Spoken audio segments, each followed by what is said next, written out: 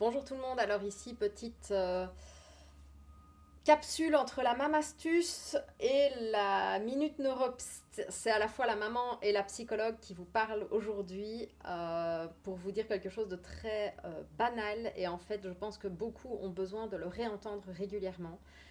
C'est-à-dire qu'il n'y a jamais d'objectif trop grand, mais par contre on fait parfois erreur en voulant aller trop vite.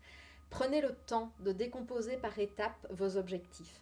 En tant que maman, en tant que personne, vouloir aller trop vite, c'est se confronter souvent à l'échec. Si vous êtes par exemple dans une attitude éducative plutôt de type autoritaire et que vous avez envie de changer de façon de faire, que vous avez envie d'introduire plus de stratégies parentales dites positives, n'essayez pas de subitement tout changer. Ça ne sert à rien. En général, c'est très rare que ça fonctionne comme ça.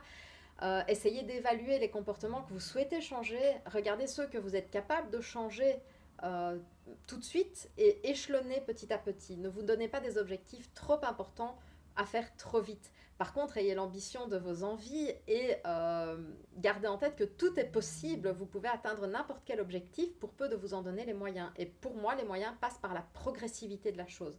Donc, prenez le temps.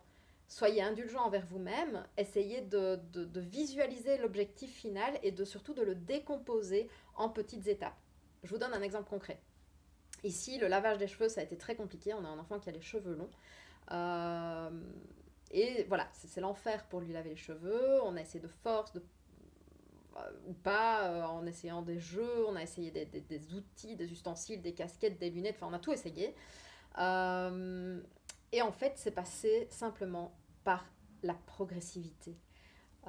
Donc en fait, au lieu d'essayer absolument de lui laver les cheveux, qui était mon objectif ultime, on en est d'abord passé par mouiller un petit peu les pointes de cheveux dans le bain avec le gant de toilette qu'il a fait lui-même. Et petit à petit, maintenant quand il arrive dans le bain, il se mouille tout seul les cheveux. Et donc petit à petit, on met un peu de shampoing, on frotte, on rince. Et donc ça va se faire par étapes. Alors oui, ça prend plus de temps, ça c'est sûr. Mais au final, c'est beaucoup moins douloureux pour tout le monde. Et c'est surtout que ça fonctionne, ça finit par fonctionner sans créer de crainte, sans créer de stress, sans créer de peur, de cris et surtout de sentiment d'échec pour tout le monde. Donc prenez le temps, gardez vos objectifs en vue, mais décomposez-les et gardez surtout confiance en vos capacités. Je vous dis à très bientôt.